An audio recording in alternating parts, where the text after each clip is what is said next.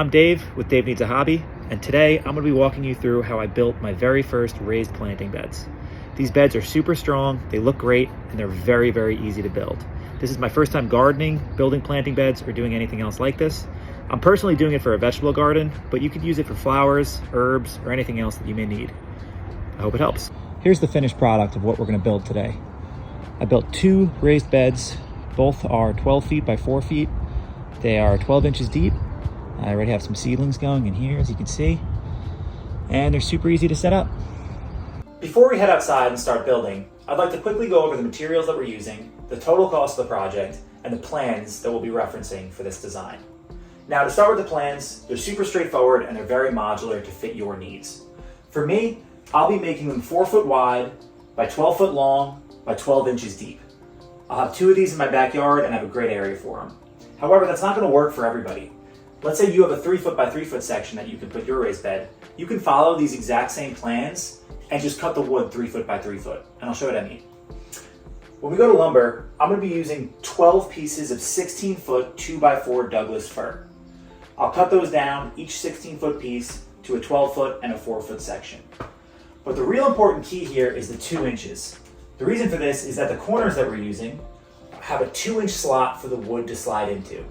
So as long as you get 2 by 4, 2 by 6, 2 by 8 wood, you can cut it down to any size you want, rearrange these corners in any pattern you want, slide them in, rebar support, obviously we'll go through all this later on, but you can basically cut this down to any size you want. You can make a 20 foot by 20 foot, you can make a 1 foot by 16 foot. Whatever it is that you need, you can do. So going back to wood, I'm using Douglas fir for this project.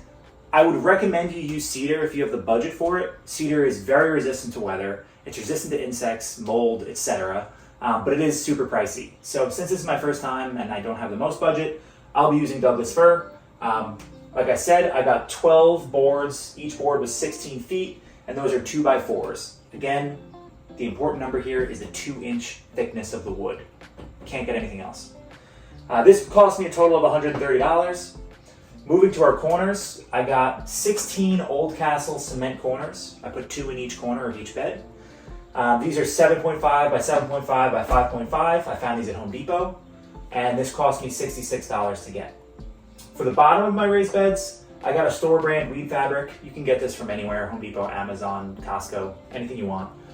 I got 4 foot wide, and this cost me 25 bucks. Again, depending on the dimensions that you want to use, just find a roll that fits that width or lay down 2 strips side by side. For support beams on the outside of each cornerstone, I purchased 16 16-inch rebar stakes, and those are 3/8 of an inch thick. I actually got these from Amazon for 28 bucks. Home Depot was super expensive, so I just went to Amazon. I'll have a link for those in the description. And lastly, you need to fill the beds with something, right? I chose to buy organic raised bed soil from a local garden store. It was a little expensive, but it's organic, it's good soil, it doesn't have any nonsense in it, so I splurged for it. It cost me $250 for 4 cubic yards. I put 2 cubic yards in each bed, so $125 each bed. Now for total cost on these, if we add up the materials up here, we get $250. Obviously the soil is another $250. So the total cost of this project was $500 for me. However, that's $250 a bed with soil included. Without soil, that's $125 a bed. Not too bad. So this is where I'm setting up the planting beds. Yesterday, I ripped out some shrubs. There was a bunch of stones over here from previous landscaping. As you can see, it's a little messy over here, but I'm gonna do what I can to flatten it out. I'm getting a wheelbarrow tomorrow, so I'm gonna move all that once I get the wheelbarrow.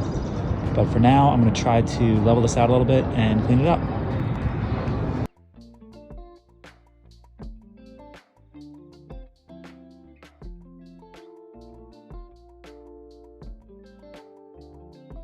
Just got the delivery from Home Depot. I got my 12 16-foot 2 by 4s of Douglas fir. I'm gonna mark off at 4 feet and cut these down. So I have a 4 foot section and a 12 foot section, and we should be good.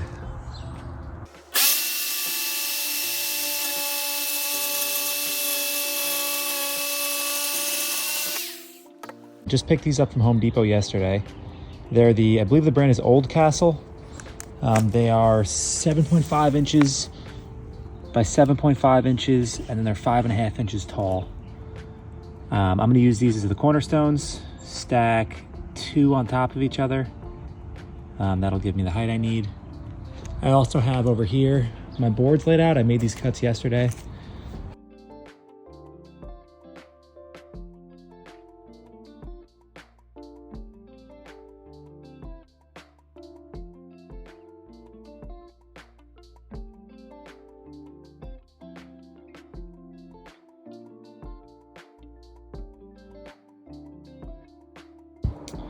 So just finished the frame for the planting beds. So you can see 2 of the Home Depot cornerstones here, 12-foot boards on the side, 4-foot on the back. Everything worked pretty well. The last 2 steps we have are putting in the anti-weed fabric on the bottom. And then before I do that, I'm gonna drive in these rebar supports around all of the cement cornerstones. Basically, these are pretty heavy, but I just wanna make sure with the soil addition and if there's gonna be any bow on these sides, I just want to support it. So I'm going to be putting a piece of rebar in here and in here. I picked this rebar up on Amazon. I initially was going to Home Depot for it, but Home Depot wanted I want to say it was $3 a bar. And I got 16 bars for 26 bucks on Amazon. I'll put a link in the description. But yeah, I'm going to drive these down, make sure everything's square, and let's get to it.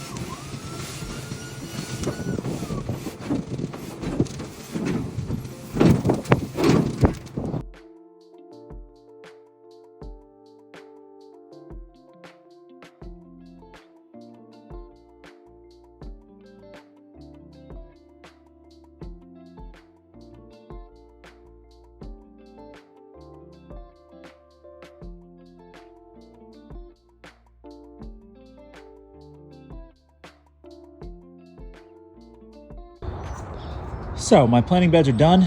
I just finished putting in the weed fabric, and I got a delivery of the soil that I needed to fill these things. As you can see, I didn't put weed fabric across the whole bottom. I left some seams open on the side. A lot of places online recommend putting it across the bottom, but I really want to allow beneficial bugs and insects to come up through these little seams and get into the soil. Bugs are a super important part of a plant's life cycle and their overall growth. So I don't know if it's the right idea, but this is what I'm gonna do. Obviously, do your own research and figure out what's best for you.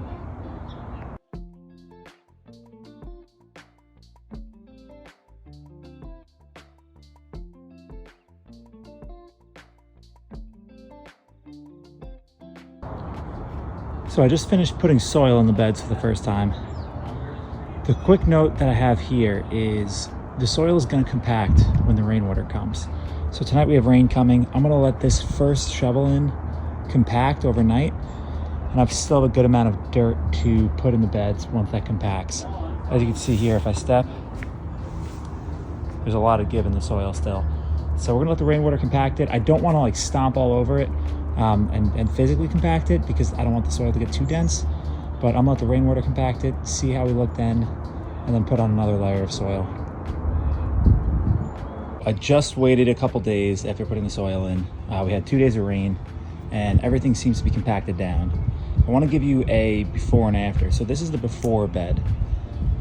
You can see that we got some areas anywhere from about 1 to 3 inches of this wood showing on the top. A little hard to see with the camera, but everything's definitely compressed a little bit. It's still soft soil, but it's not as soft as before. I was able to put about 5 or 6 wheelbarrow full of dirt into this one and spread it out. As you can see, it's a lot closer. It's not perfectly even yet, but it's a lot closer to the top than that one is after the rainfall. See the difference. And this dirt is definitely compacted a lot from the rainfall.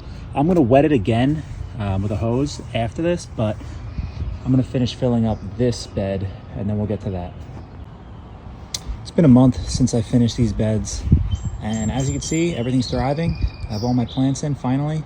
Mother's Day was last weekend, so the weather's finally warm enough here in New York to get these out here. They look great. They've been holding up to rain and any other conditions, and I'm really happy with them. I hope this video was helpful. Thank you so much for watching, and like and subscribe if you like the content.